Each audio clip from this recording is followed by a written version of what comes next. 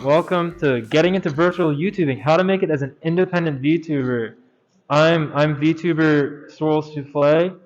I'm on Twitch. I stream on Twitch. With me is... Hi, my name is Mightygerm. I am the host of the ViewerTown podcast, sort of Western independent VTuber focused podcast.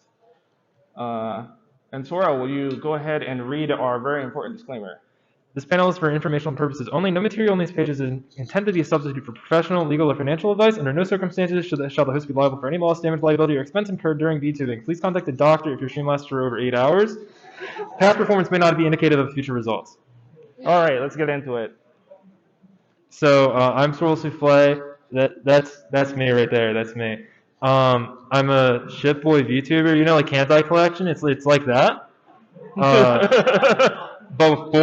a boy, not a girl. I've been streaming on Twitch for a year plus a month, almost 2 months now. So almost 14 months, I guess. I'm a War Thunder and Fortnite God gamer.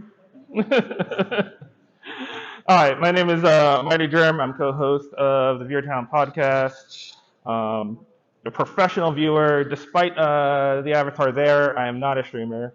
And I'm a licensed independent VTuber consultant with many happy clients. Right, let's go ahead then. Me first? Okay. Yeah. I got into VTubing first because I got big in like 2016. I don't know if you guys remember that. She was pretty big, and like people weren't sure if like she was like actually like a person doing a thing or like an actual AI. I was kind of confused. I didn't get it. But I used to watch her when she got big, and then I forgot that she was a thing and like VTubing was a thing. Until one of my friends, who goes by Calico TV on Twitch, ended up debuting. And I saw that she was having fun, and like people were watching her, and she was getting a lot of positive attention and stuff. So I said, this sounds like a fun thing to do, good hobby. And so I started doing that as well. As for me, like many people, I was locked in the house during the pandemic, with not much else to do. And then my so-called friends started, linking me various Hololive clips and so on, and basically everything went downhill from there. You should get a little taste, a little Minecraft clip or whatnot, and then you're just watching untranslated VODs and like combing through Reddit and other posts, everything like that. So the first gift sub is free. Yes. And then I eventually got more into like the independent VTuber scene, and it was really interesting, just really to see. Because there's so much creativity out there, and I just love, getting to know people and see how they approach this, their content creation. VTubing is the process of acting out as a character on some sort of online video service. It can be in the form of a stream, or it could also be in the form of just like a normal video. Sometimes even audio, but there's a line there. I think that's almost the line where it's not VTubing at times. And you can do VTubing on a ton of platforms. You can do it on YouTube, Twitch, TikTok. There's like these apps where like you make a little guy and you VTube from that. Yeah. I don't know what it's called. It's called Reality. I believe. Reality? Yeah. Some of my friends use that. Just like a lot of other streaming and video editing content, a lot of the time it's managed by either yourself as a hobby or it's some kind of career with a talent corporation like Hololive, Niji Sanji, VShojo, Shirayuri Productions, CyberLive. You want to list them all? Or you do like the Animaniac song and go through every Canada, or no, what is it? That's not Canada. Oh, yes, it does. The countries one does. Yeah, but there's tons of smaller corporations as well. The scene has exploded in the last couple of years. They range from like corporations where the average like viewer count would be like 5 all the way to like 50,000. It's all over the place. There's something for everyone. This is a brief history of VTubing. People want to debate with me on this. Max Headroom is the first VTuber. Yeah, even though he's a guy with a face, it's stylized enough to be VTubing.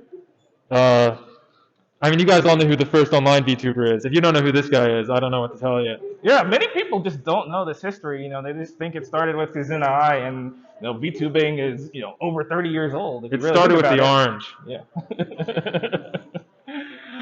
But yeah, well, most people are familiar with VTubing starting fairly recently in the last couple of years. It's been ever since online streaming services became popular. There have been a couple people here and there doing something similar. So it has a long and historied tradition. Roughly 2018 or so, Hololive began like debuting their talents, which are, I would say, the biggest VTubers in the space, especially in the EN space. They are the biggest lineup. Mm-hmm. All right, you want to do the pros? Okay, I'll do the pros. All So right. the number one pro of VTubing is that it's fun. It lets you express like your creative outlets. You can like do art and stuff. You can make art of other people. You don't have to be a VTuber to like make art of other VTubers. You can draw them whenever you want. They have like art tags on Twitter if you want to post their art there and get it noticed and shared. It helps you develop content creation skills that are useful outside of streaming. Like it helps you like learn how to use OBS, which we'll get to later, and other softwares that are useful in like industries that aren't streaming. Like you can like do a ton of that. There's a chance you can get paid to play video games. A chance. A chance. Not guaranteed, but you can make money playing video games. It's very easy to make friends and get connections with people online. I've made like a ton of friends online. I met this guy online. Wait, you did? I think I did. Okay. I don't think I met you before. You can separate your virtual life from your real one, so you don't have to worry as much about your actual problems in real life because you're playing a character. So you can kind of sink into that for a couple hours of the day. Hopefully you get legions of adoring fans that'll listen to everything you say. Hopefully. Fan art, the inverse of making the art for other people. You can get art from people. And you can pretend to be an expert in the topic at anime cons. Yeah, and I'll go ahead and talk about the cons because I feel like a lot of people We're at don't. one. What? We're at one. Oh no. But yeah, many people just don't talk about the reasons you wouldn't want to VTube or some of the things that the struggles you'll have to overcome as well. Of course, it's a time-consuming hobby. Not only streaming itself, but a ton of time goes into prepping, making VODs, and stuff like that. And one particular thing, especially in sort of the Western scene, is the cliquish nature of social media. I know many of you out there are on Twitter. I guess some older people would be on Facebook, Instagram or whatever, and it can be, especially if you're, if you've just gotten into it, it can be quite something to overcome. And one thing in particular, a lot of independent VTubers I've talked to, when you're streaming, you're putting yourself as a product out there. You're putting yourself, the games you like to play, the art you like to make, and so on and so forth, and you get 2 people watching you, right? And this can go on for months and months and months, and your self-esteem can be wrapped up in your performance and your numbers. So this is something you really, really need to watch out for.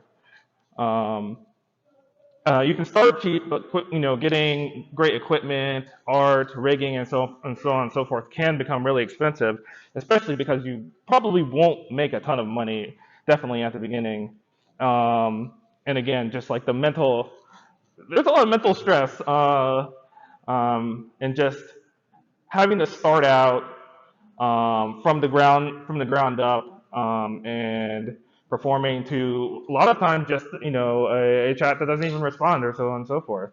And this next bullet point is in particular dealing with parasocial fans, doxing, creeps in your DM. I'm sure many of you have dealt with that. And being a public figure, you're going to have to deal with people like that. They're out there. We can't ignore them. We can't pretend that this problem doesn't exist. I don't think it's all that different from like the experiences some cosplayers get when they're big. Because I know people who've like dealt with stuff like that in the cosplay space as well. Yeah, so people are awful. Yeah, people are kind of awful. And only a tiny percentage of people will be able to VTube for a living, right? But that doesn't stop you from doing it as a hobby, and I really suggest that people want to get into it, do it in their free time, and do it for fun. And then if everything works out, then maybe you can transition it into a career. let's get it started, Sorrel. Okay. There's a couple things that are almost required for VTubing. For me, we're gonna talk about on the computer space versus on things like reality for the most part. You need OBS streaming and recording software. It's the best for doing this. Out of like all the options, there's like 2 options. We'll go over both. You'll need a model, which is the visual representation of your character. There's a ton of ways you can do this. We'll also get to that later. You need a microphone, preferably one that's good. This is not the kind of microphone you want. You want a more specialized, I believe, condenser microphone. You'll need a camera if you plan to do something that involves face tracking, like a Live 2D or a Vroid model. You'll need an account on the video platform of your choice, in this case, YouTube or Twitch.tv. You'll need somewhere that you can put out that you're streaming and talk about your streams, like an account on Twitter or Discord or TikTok where you can post your clips onto there. And you also have to have the ability to throw away all pride. Yes, that's the most important one. A big part of starting as a VTuber is, it's probably like the first step that you should honestly take before anything else, is come up with your character. Basically, every VTuber is based on something, like a character they made in the past, something they did in the past, an experience, some other concept, an OC. My design is based off of a boat that I designed, like using software to design like 1920s warships with. And then I drew the boat, and then like 2 years later, I came up with Sorrel. So like there's a pretty long lead time before this ended up going into the VTuber zone. If you can't tell, he loves boats. Yeah, I like boats. Ask me about boats. Like your idea can be simple, it can be complex. You can be like a pink cat girl, like the simplest thing possible, to like some kind of abstract, non-humanoid or inanimate object. I know a guy who streams as a trash can. I know a guy who streams as just a normal clam. You can be anything you want. Some people's designs changes over time. They rebrand. They just don't feel satisfied with the original design, or they outgrow it. They think of something better. That's like totally okay. You can change it however you want, whenever you want. Just make sure you handle it smoothly instead of suddenly, I would say. If you do it all of a sudden, you might confuse a lot of your fans, which is not optimal. There's like a sweet spot of originality where you're similar to others or other things, but you're not too far out and not too complex, too out there, where like it's just kind of awkward. There's an awkward space that you can end up in. Right. Like from a perspective of a viewer, the first thing you'll see from a streamer be interested in is a clip on Twitter or something, or you're scrolling through Twitch and looking at the catalog, and you're just going to get that little image, of your avatar there for a couple of seconds, and that's the first thing they're going to see, right? So you want to have something, visually, interesting enough for someone to want to click your stream, especially if you're, the 10,000th, Apex streamer of today. So Yeah. you got to stand out a little bit, if you want to grow. There's a lot of ways you can make your art, which some of those methods we're going to get into. But like you can go as far as like using AI to generate your picture. We'll see it on a future slide, I believe. Yep. But my original model that I used when I first started VTubing, I made an art breeder, which is this website where you just take an image and you use a bunch of sliders and you end up having an entirely new image. It was like crazy, excuse me. And it turned out just so nice. And then it evolved over time into an actual, like, tangible, understandable character design. But for now, we're going to get in video. Let's see. Go ahead. So there's a bunch of different ways that you can get your model made. One of the most popular one of all that most people are familiar with is Live 2D. This is a process using the Live 2D software to make an image that has like a bunch of layers into a moving character design that can track your face. Some have hand tracking. Some have expressions even that you can toggle on and off. I would say that this is one of the more expensive things if you're paying someone else to do it and you're not doing it yourself, for both the art and for the actual rigging of the model. There's one that I drew and a friend rigged of my buddy Eschaton. There's it moving. You can see that it tracks my eyes and it tracks my head movement. And you just like Not made that live. really quickly, like in a day. As an Yeah, example, I right? drew this. This is like the simplest possible. This is the simplest possible like live 2D you could ever draw. It's got like 10 layers. Well, the example that we have here, it's got like hundreds. You can see that like the thing that they're editing is like an eyelash. It's nuts. The other picture is one of me that I worked on, and you can see just how many layers there are in a simple head shape. You can use VTube Studio or PRPR Live if you want to make your model move. It's all up to preference. There's like minor differences between the platforms. I would say that the quality of the rigging is equally important to the art, because a bad rig on your model will just kind of make it look really janky and unnatural, even if you have like the best art in the history of live 2D models. Yeah, so many good avatars have been ruined by a bad rig. It's almost preferable just start with something simple, right? There's a huge learning curve Right, for live right. 2D too. Right. Oh, I think it autoplays if you press next. Yeah. Okay, the video is missing, Yeah. it seems. Oh, Oh, okay. give it time. Idiot bead. Give it time. There we go. Oh, there we go. Yeah. Oh, it's loading. Okay. So the next up is PNGs, which are the simplest and easiest of all the options for models. You can commission someone to make you a PNG for like $20 on Twitter. A live 2D can run you like, if you want one that's like good, like $300, $400, $500, over $1,000 at times. It is insane.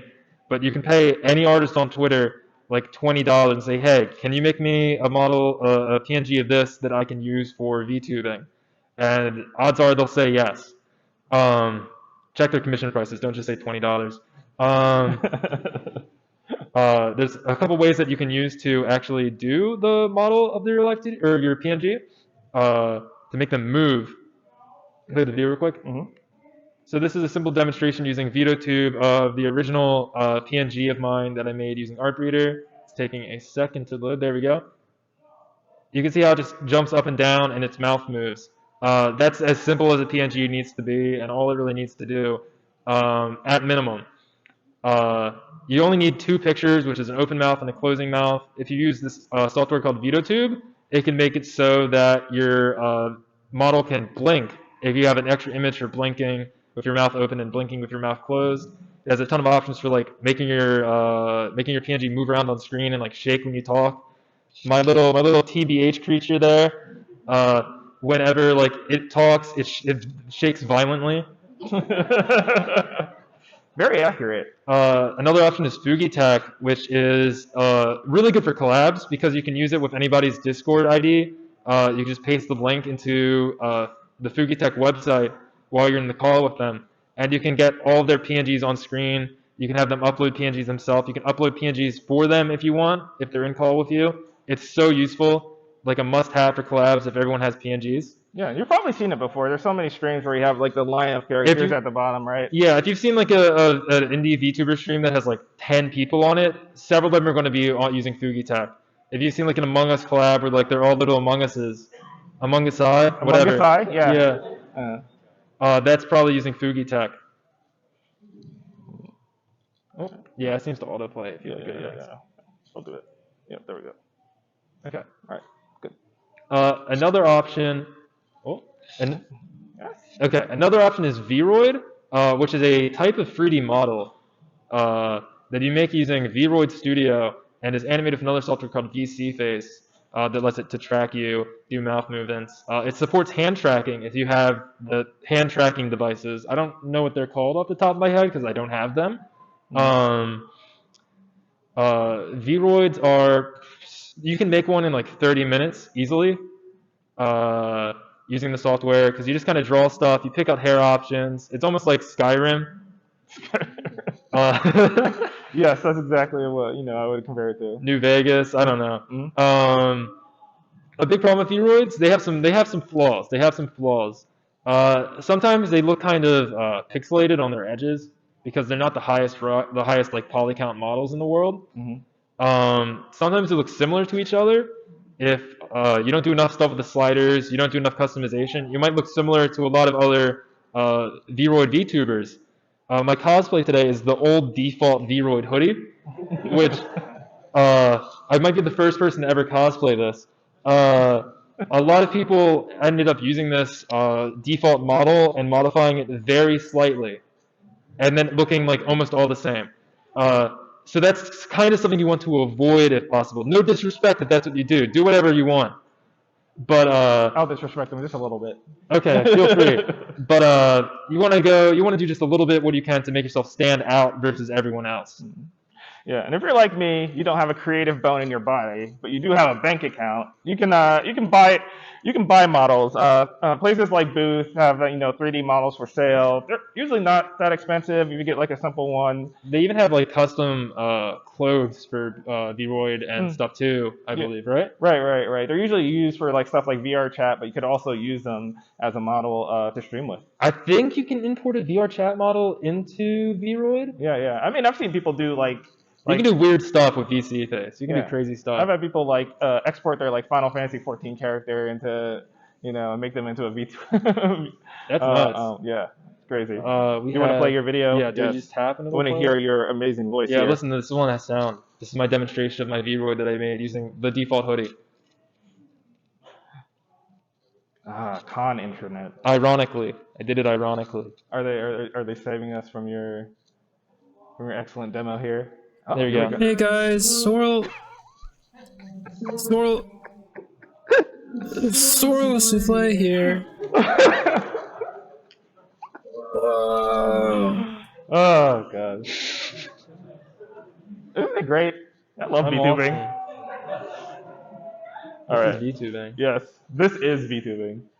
Alright. Here's some of my approved early game strats. Mm-hmm.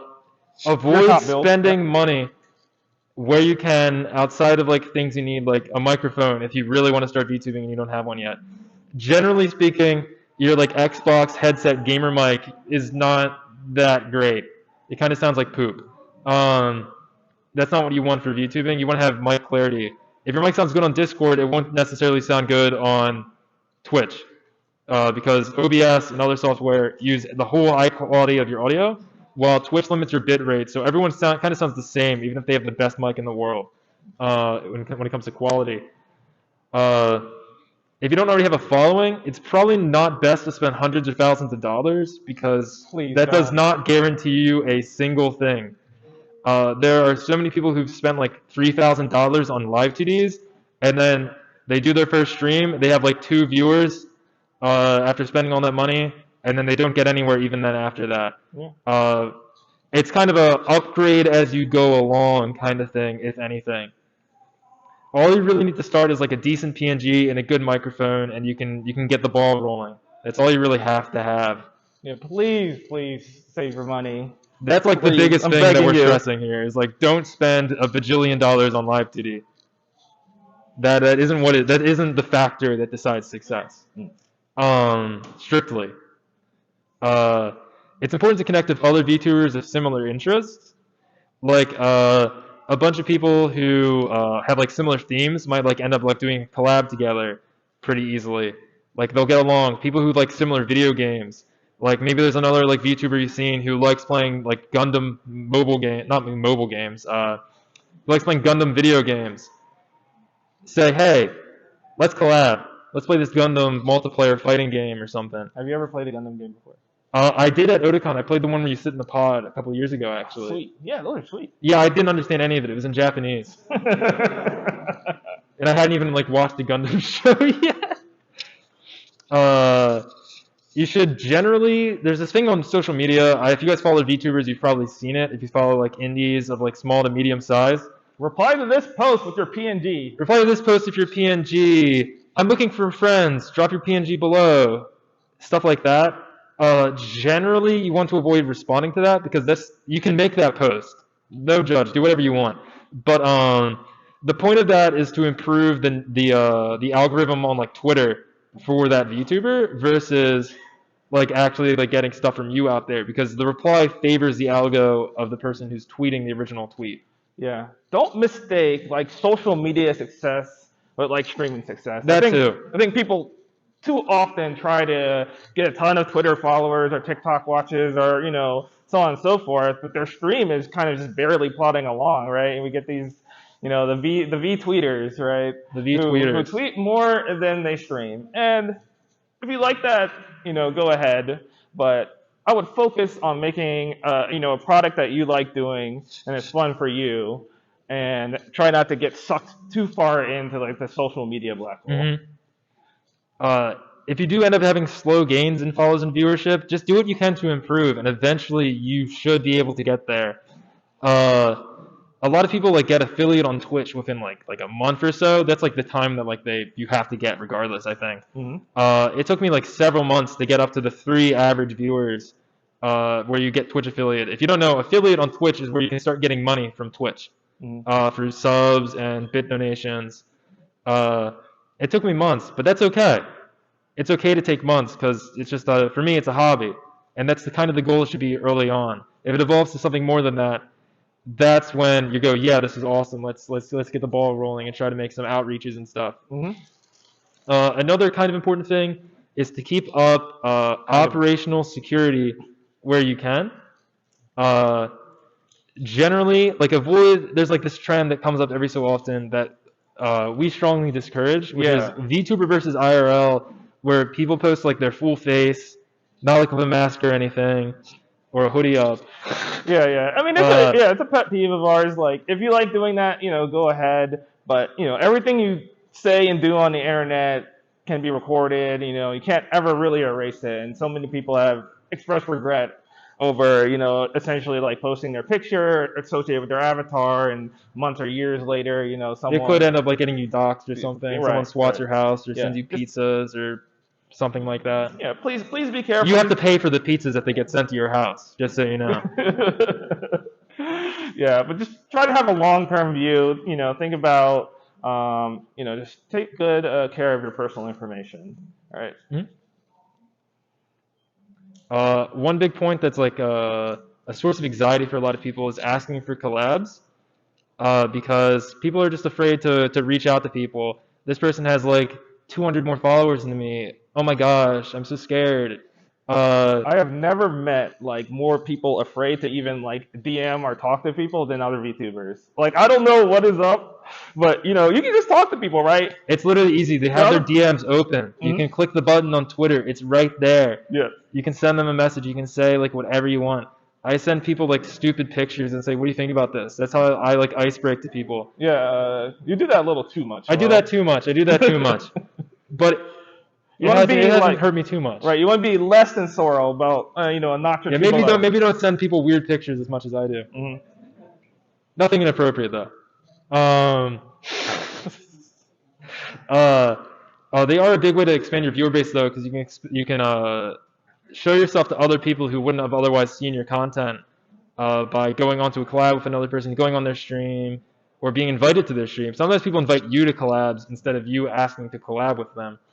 A really big thing with is just reach out. If you want to collab with someone, just DM them. It's not that scary. It's not that bad. Nothing bad will happen if you say, "Hey, would you be interested in playing Team Fortress 2 with me on Saturday, the 13th of August at 9 p.m.?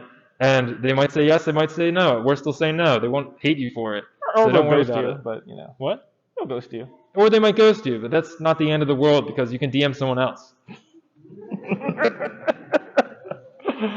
Don't get rate limited on Twitter, all right, Sorrel? That happens?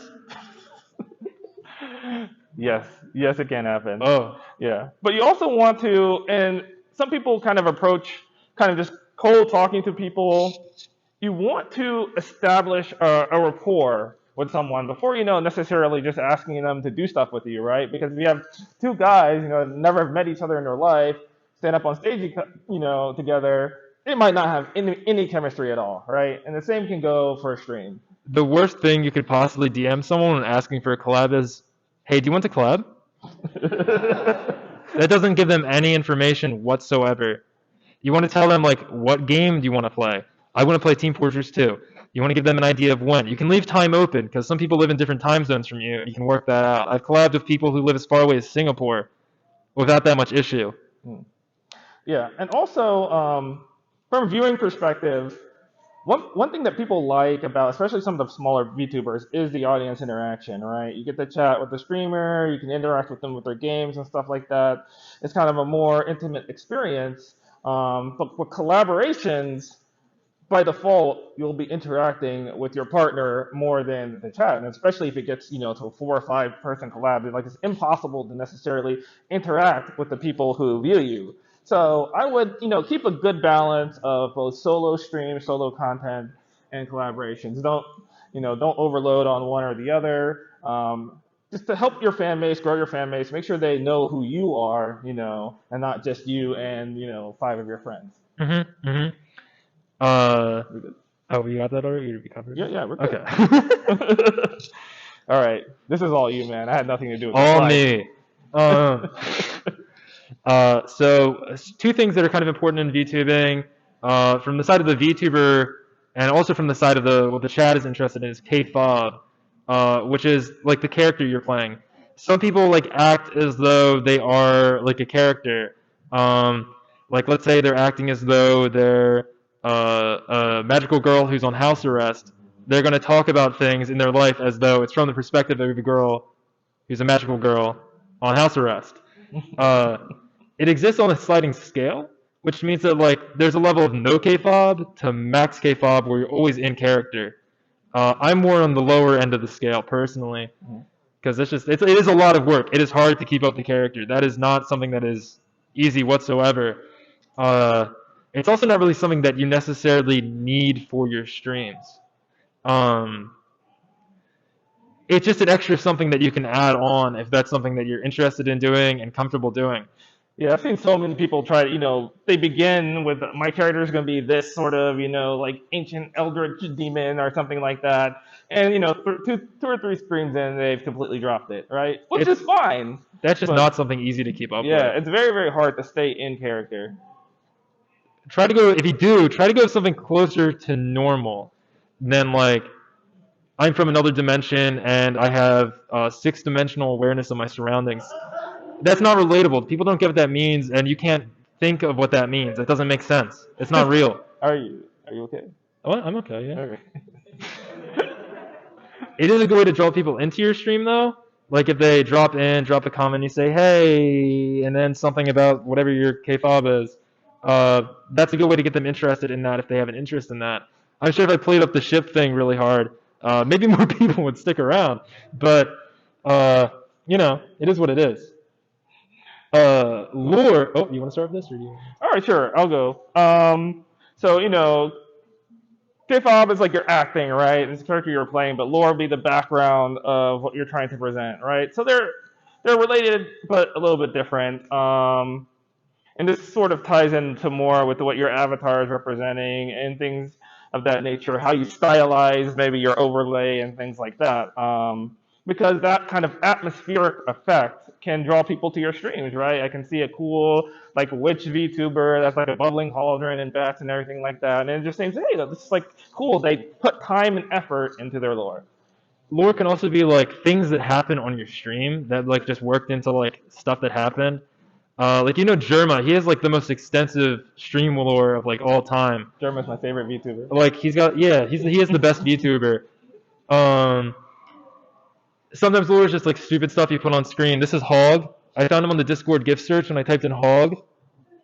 I like his funny little face. I like to put him on the corner of my stream, and he messes me up when I play XCOM. He makes me misplay. Mm-hmm. Do you know what movie that's from? I have no idea what this is from. Is there like a CG Charlotte's Web? That might be what it is. It's not important for streaming that much either, but it's something that's good to have, and it's a lot simpler and less intensive than things like Kayfabe, because a lot of the time lore is part of what your character is versus what you're acting. Like my character in my character in the lore is like a light cruiser ship, which doesn't matter that much for the overall what I'm doing on the stream, because no way that I don't know how you can act as a light cruiser. That's not like a human thing. I thought you were supposed to be the expert. Yeah, but like, I'm not a boat. I'm a guy as a boat. Camcol is up to interpretation, you know. Okay. It's pretty open-ended.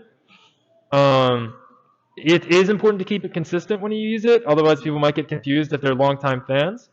But things like mascots like this can be enjoyed by some viewers. All right. Oh dear. Okay. This is the Sorrel Souffle experience, a Zoomer slide. I'm the king of Zoomers. Yes, a selection of the key community terms. How about it? One of the big ones is yab/yabai, which usually when used in the VTubing space means that something crazy, inappropriate happened on stream. That was like an accident or a mistake or on purpose and bad at times. And are something to avoid you doing or your collab partners doing, and sometimes even your chat doing. It's important to avoid that. On screen we have some of the most famous yabs, being Rushia getting kicked out of Hololive after allegedly leaking company secrets, and Mori Calliope tweeting about lean without knowing what it is at all. Allegedly. Allegedly. She might have actually done lean. We don't know. Oshi is Japanese for push, and it usually means the person you want to succeed most, which in this case is a VTuber. It has its roots in like idol. It has its roots, yeah, it has its roots in idol culture. Another word that's common is Zatsuden, which is the just chatting category on Twitch. Right. And don't feel like you have to play games to be a VTuber, right? Yeah, you can just talk. You can talk. I'm keep interrupting you, bro. Yeah, no, you're fine. No, but you can talk. A lot of people like drawing and and playing interactive, puzzles and so on and so forth. Don't think you're locked into just playing games, right? There's many kinds of Twitch streamers, so there's many kinds of VTubers as well. They can do the same thing that basically any other Twitch streamer does. I've seen VTubers go skateboarding on stream. That's like that is very weird. But they did it. Yep. So what's this PogChamp thing? I've never heard about that before. It's this little known emote from Twitch.tv. It's this little niche website. It's made by this guy named Justin. He didn't respond to my DMs. I DM'd him on Twitter. Another thing you might hear, and it's somewhat unique to the VTuber space, is like this girlfriend or boyfriend experience. So what you get, a lot of people interact with traditional media. It's a TV show or YouTube video or whatnot, and it's not super personalized, right? You kind of just watch it. They're performing. They're doing whatever content they're doing. And that's it. Some VTubers have made their brand about providing this, experience to their viewers, where they're like treating them like they're sitting right next to them, talking to them, cleaning their ears and licking their ears. It's weird. Yeah, it is weird, but it's very very popular in some circles, and like even Rushia was Rushia was like the biggest GFE streamer. At the same time that this company secret leak happened or was found out, she also had like another yab in which she showed some messaging thing. I don't think it was Discord, but it was something else she accidentally showed on stream that revealed that she had a boyfriend, which made a lot of her very parasocial fans upset and caused a lot of outrage, which is something to avoid if you're a GFE or BFE streamer. It might be wise to avoid accidentally revealing that you have a partner for your image. It's good to have one as a VTuber. You can do whatever you'd like. You can have a partner, but you can be honest about it if you'd like. Will you be my partner? You're a bit old for me. You're like twice my age, dude. God, no. Jesus Christ, dude. And like doxing, I know we kind of touched this on before, but VTuber, you're VTubing and you're not playing yourself, right? You're trying to keep this sort of wall between your personal information and the content you're providing, right? And it's considered very taboo for people to breach that, and that's again why you want to keep your personal information safe. All right. We should have like a versus sound effect, yeah? Fight! So Twitch and YouTube are kind of like the two major streaming platforms. Mixer died. Yeah. Mixer, rest in peace. That VTubers use. Twitch is a more gaming-focused website. I know most of you are probably familiar with it. But it generally has a better quality of life for people starting off small. right? Twitch lets you get affiliate much faster. You have these redeems. You have these more interactive features. You have raids. I think YouTube just recently introduced the idea that you can kind of like push your people into another stream. And as far as YouTube, YouTube just has a better audience overall, easier to archive, but kind of less on the interaction features. And it's harder to get monetized. It's actually quite difficult.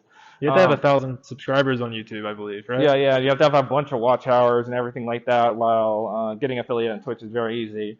But it is the primary platform for the large corporate VTubers. And it's catching up in terms of features as well, you know? Mm-hmm. So, my recommendation, if you're starting out, Twitch is easier for like an independent VTuber, but if you like YouTube, if you mesh more with that content, you know, go ahead. You can... Yeah, sure. And clipping, most people won't just kind of randomly, you know, look at, you know, Twitch listing on the VTuber tag and just click your stream, right? They're gonna watch one of your clips, one of your posts on social media, and get introduced that way. So they're kind of like the best way to increase your exposure. And you want to keep them short. You want the best like clickbaity thumbnails you can get that are catchy, that can just, you know, when people just scrolling around, they can see it. You know, compile some of the best parts of your stream and make them into these videos. It can be time consuming as well. Like, again, streaming is more than just hours you put in when you're live. Like, making clips can take a ton of time as well. I've rewatched some of my streams just to like make clips of certain moments like that happen, and I'm like, I might want to go back to this later and clip it, since no one in my chat did.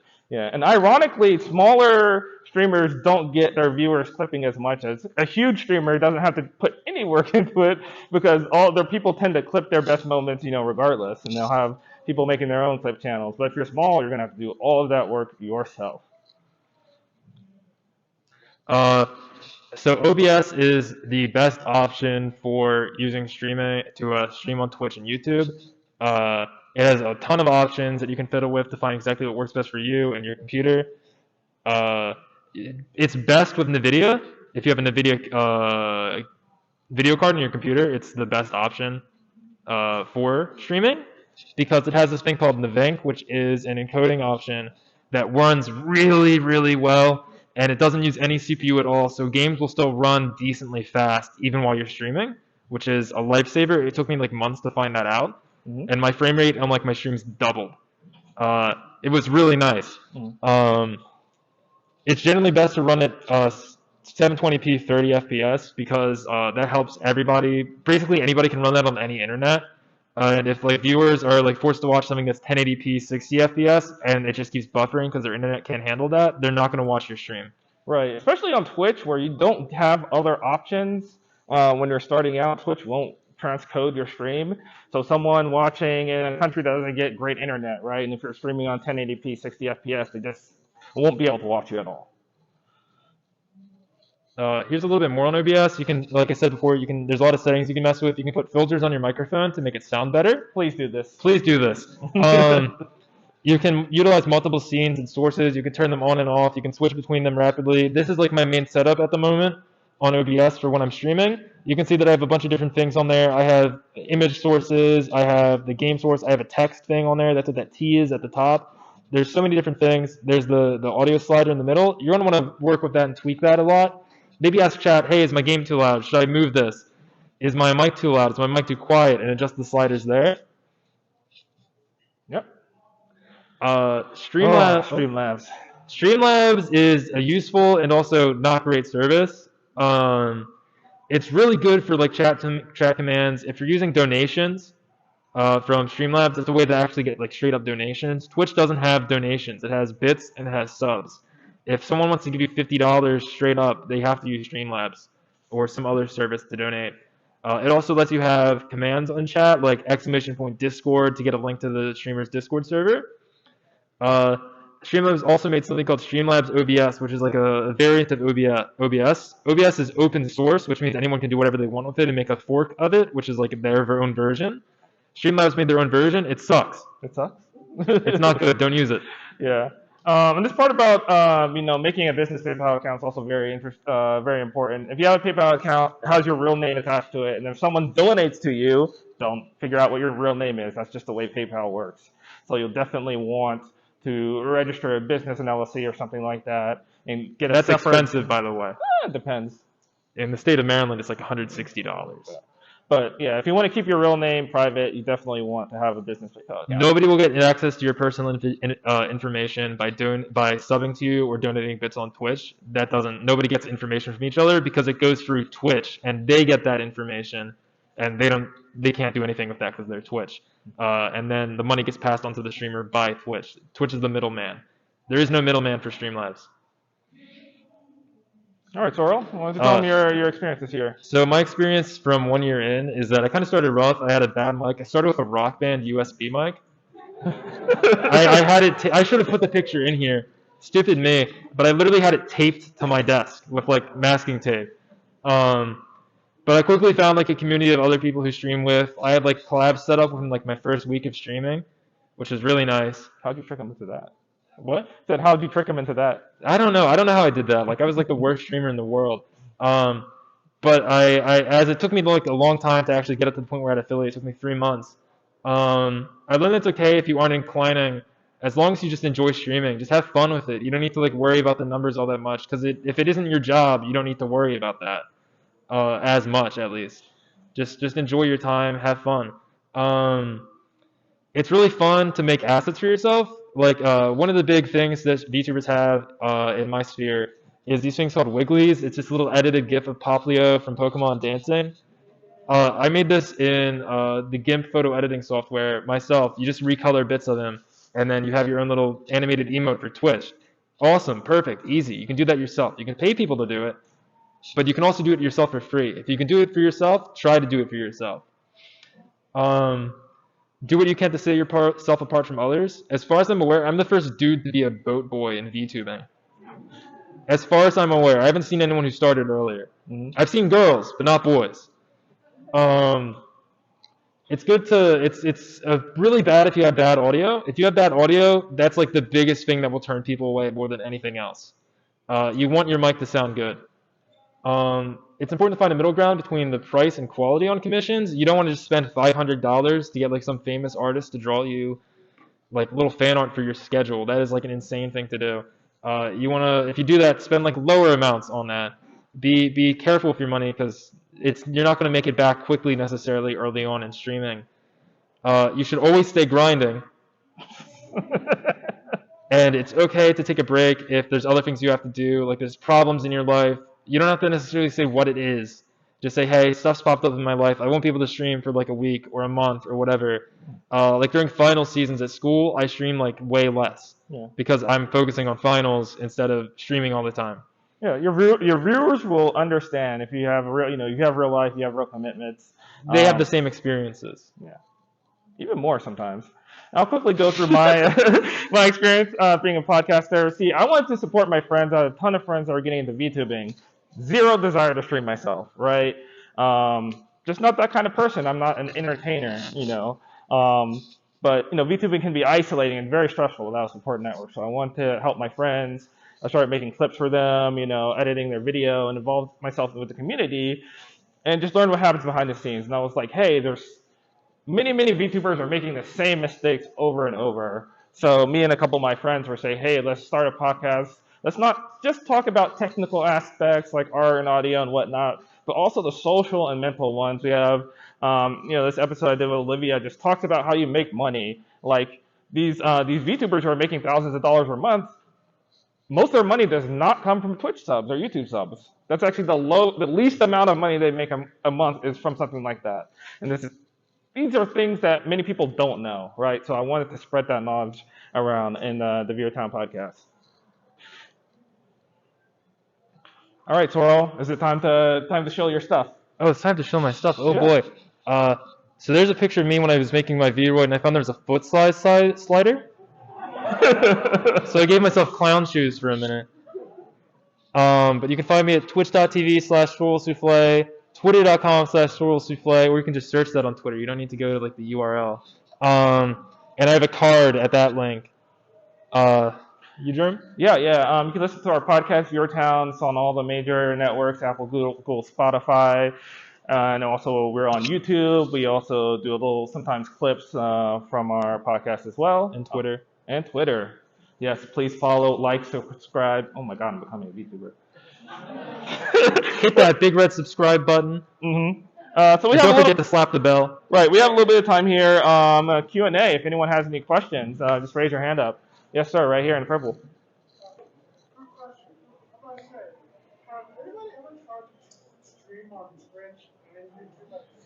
You can do that. Well, let's repeat the question. This gentleman here said, has anyone tried to stream on Twitch and YouTube at the same time? They used to have rules against this, especially if you're like partnered or affiliate. They still do? Okay, good. They're phasing it out, I believe. They're considering phasing it out, and they're currently doing that in like Brazil and like Argentina and Japan, like a really weird selection of countries on Twitch. Yeah. In America, not yet. Right. There are tools that let you do that, but you want to definitely see about the rules of the streaming services. It also has some problems, like if you're trying to read chat on two different services, that's kind of hard, especially if it's moving fast. Mm-hmm. It's a little bit difficult to keep up, and it's hard to put that on your screen if you put chat on stream. Mm-hmm. Any other questions? Do you have any? Yeah. Yes, sir.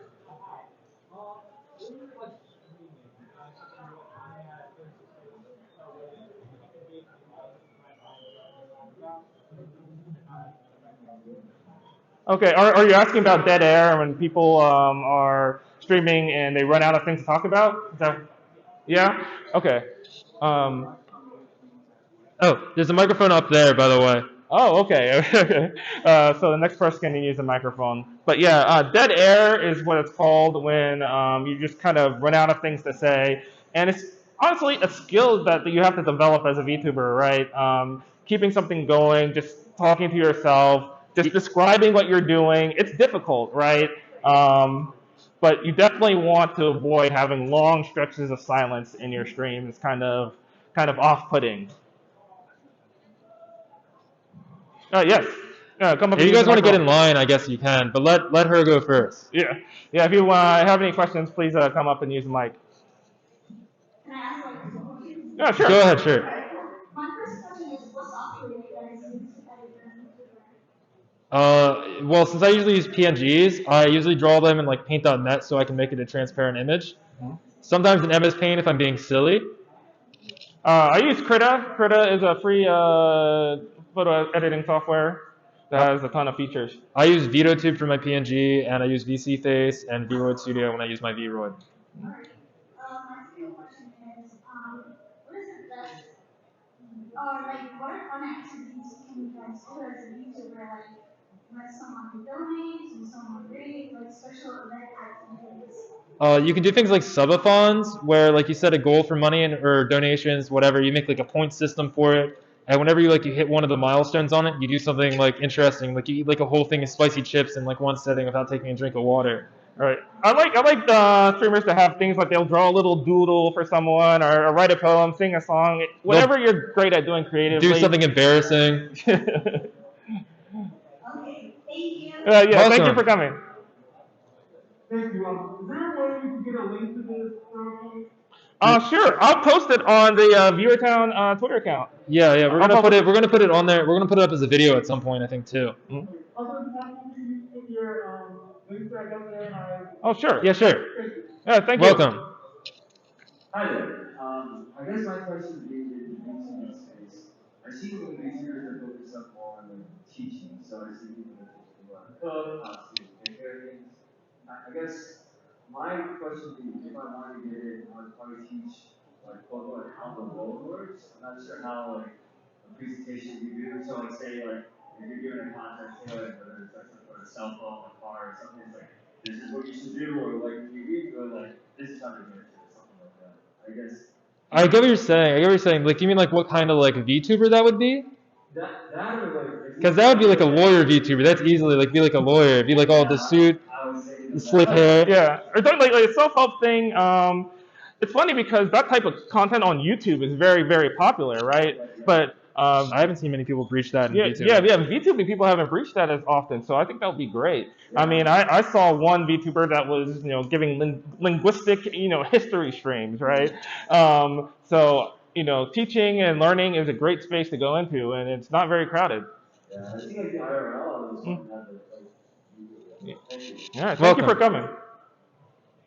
Hello. So I was from you talked about like voice quality and all that. Mhm. Like, if you have bad quality, it's usually like not great for the viewers. What is the best way to like improve? Usually it's having a microphone that's at least good to decent with a condenser on it, versus another microphone that doesn't. Yeah, there's microphones like Blue Yetis, Rode Pod mics, and so on and so forth. But you also really want to use audio filter, search up an audio filtering guide, and using compressors, noise gates, and things like that. Yeah, some of the stuff built into like OBS is good. Like there's one of the filters you can put on makes it so that you can't hear your computer's fan running anymore, and other like background noise. You can also like test the audio before you even know. Yeah, you can test it because you can also OBS. You can also record video. It isn't just streaming, so you can like record little video clips of you trying out different settings and see how it works for you. Yeah, great. Thank you. Welcome. Hello, wow. I need an opinion to solve a dispute. So, VTuber uses a virtual avatar to stream. You use a real camera. Could you be called a fleshtuber or a VTuber? I think you can just be both. I prefer fleshtuber. I like the word fleshtuber. Yeah. I like that term. Thank you. Definitely. Let's go with that one. Alright. So sorry if it's a bit long video, but I just wanted to. Yeah, go ahead. So I'm an editor for YouTuber. I make YouTube videos. You want to say who? The thing is, I would put a lot of time into video editing, so I spend about, I'd say, maybe about 40 hours making a video. Like highlight videos? It's more like a single stream is talking to one concise. Right. So that's about the amount of effort that I put into a video, and it's for the streamer that I'm editing for. It's not necessarily outside of another job. It takes me about a month or 3 weeks. Yeah, definitely. So, and then they hired another editor, so they're able to produce out the video. But not just in quality, but like once a week. I just wanted your opinion of like what do you think is the best like effort to production ratio? Like how much effort do you think like if you personally had a strong video, like, how much effort would you want in editing the video and how many videos would you produce? I think I would prefer like longer things that have like less cuts in them, because I know that's a thing that takes forever, is like making a bajillion cuts and cutting out all like the little bits that are boring, because I tried to do that to a stream and I got bored of doing it because I tried to do that myself. Yeah, I used to edit clips as well in Vegas for VTubers, and it's very time consuming. So actually I can talk to you after the stream as well, because I have a lot of experience in that. So stick around and I'll chat with you, all right? I just had a question about like how would you kind of debut ourselves in a word? Like, Yeah, that's the correct word. Jump straight into it, or you advertise yourself on Twitter. You could advertise yourself on Twitter. You could see if like you make friends beforehand and they maybe be willing to pop on. I wouldn't ask them to raid you on Twitch. That's kind of a rude thing to ask, is hey, can you raid me? I'm debuting. But like the good thing is if you're like if you're already in a community that plays a certain game or does certain types of art or something that isn't necessarily a VTubing community, just ask them if they'd be interested in watching your stream. Thank you. Yeah, thank you very much. Hi, I just had a quick question on like what you can do with VTubing. I'm kind of debating trying to stream, whether I should do my real life persona or VTube. Can you do either? you can do both. Plenty of people do both. Mm-hmm. Okay. Absolutely. Go nuts. Is there like a certain schedule you can follow, or to not jar your followers? There might be a way that you could do that, like Mondays, Tuesdays, and then like Thursdays, Fridays. Yeah, but there's no real rules with that. Mhm. I see a lot of the idols that have moved into the VTubing space. They do performances live, and while they're streaming gameplay or something, they're doing with their avatar. You just got to figure out what works. Great, thank you. Welcome. Hello. How are you doing? What if you want to get your audience into one of your in real life hobbies and that in real life hobby involve then you can have personal relationships like filming and stuff like that? How do I go about hiding that? That might not be the best hobby to do on stream. What hobby was that? Yeah, what hobby is that? It's like Pokemon, for example. You can do stuff with that, but you can just use a different identity while you're doing it on streams. That's one way to do it. There's no guarantee that like people won't figure it out if like you use a really like well-known deck and like you're a major player in tournaments. But like that's still an option. Okay, thank you. Welcome. Hello. Hello. So there were two things that I was curious about. You mentioned that you should usually stream at 720 and 30 frames per second. I'm a little confused about that because I know that there's an option to put like lower or higher quality. So how can you guys do it? Twitch is selective with that. You don't always get that on Twitch. On YouTube you do, but Twitch does not always have that. You have to like it just randomly happens on some of your streams sometimes, especially if like you're over a certain like viewer number. Right, Twitch doesn't automatically transcode your streams to different quality. So if you stream in a very high quality, there might not be a low quality option. You can't really control this unless you're already partnered with them, where they guarantee that they provide the service to you. Okay, appreciate it. And then my other thing was, what exactly was making Streamlabs worse than OBS? Because I'm only familiar with Streamlabs myself. I forget exactly what, but I believe it's slower. It takes more processing without much gain, I believe. Like it's not much better for the amount of extra processing it uses. Yeah, as far as I know, there's just no advantage to it. It doesn't really offer anything above what OBS does and kind of just adds extra bloat. Okay. Is there anything about like video or audio quality about the difference between the two? I don't think there's that much of a difference. No. I don't think there's any difference in that regard. Okay, that's all. Thank you. Thank you very much. So I was wondering from earlier, you mentioned the money doesn't come from Twitch or YouTube. Where does it come from? Oh, if you listen to ViewerTown episode, the VTuber hustle. I talked to two VTubers that make a living, make this their full-time job, and a lot of it comes from either advertising, Patreon. They do separate content on YouTube that they monetize. They sell merchandise and things like that. Some of them have separate like voice acting careers and stuff like that. And they try to double dip as much as possible. They'll stream while doing a commission for someone, right? Or they'll stream something that they later edit and put into a video that they run ads on. This might be the last question, I think. They might be kicking us out. So a lot of VTubers that I watch do use dynamic mics versus condenser. And what makes one better than the other in your opinion? Especially if you want to do like say singing covers and recording covers of local performance and untreated groups. Oh, I mean, if you're doing like musical sort of things, like that is a different field, and I'm sure there are more types of mics you definitely use. But like for purely voice, we prefer the condenser. But I am not like a mega expert in this sort of thing, so Neither am I. I'm not a very good singer. Yeah, so I'm sure you can use a variety of mics, of course, if you know what you're doing. Right, because a lot of people do use like SMB 7 for example. That's right. And a lot of people use like audio technical condenser as you I'll just No, great, thanks. That's something that people should know, especially if they already have a great dynamic microphone. So I'll Thank you very much. I think it is. Yeah. Are they kicking us out now? All right. Thank you everyone for coming to the panel. If you'd like any ViewerTown stickers, you can come up and we'll give you some.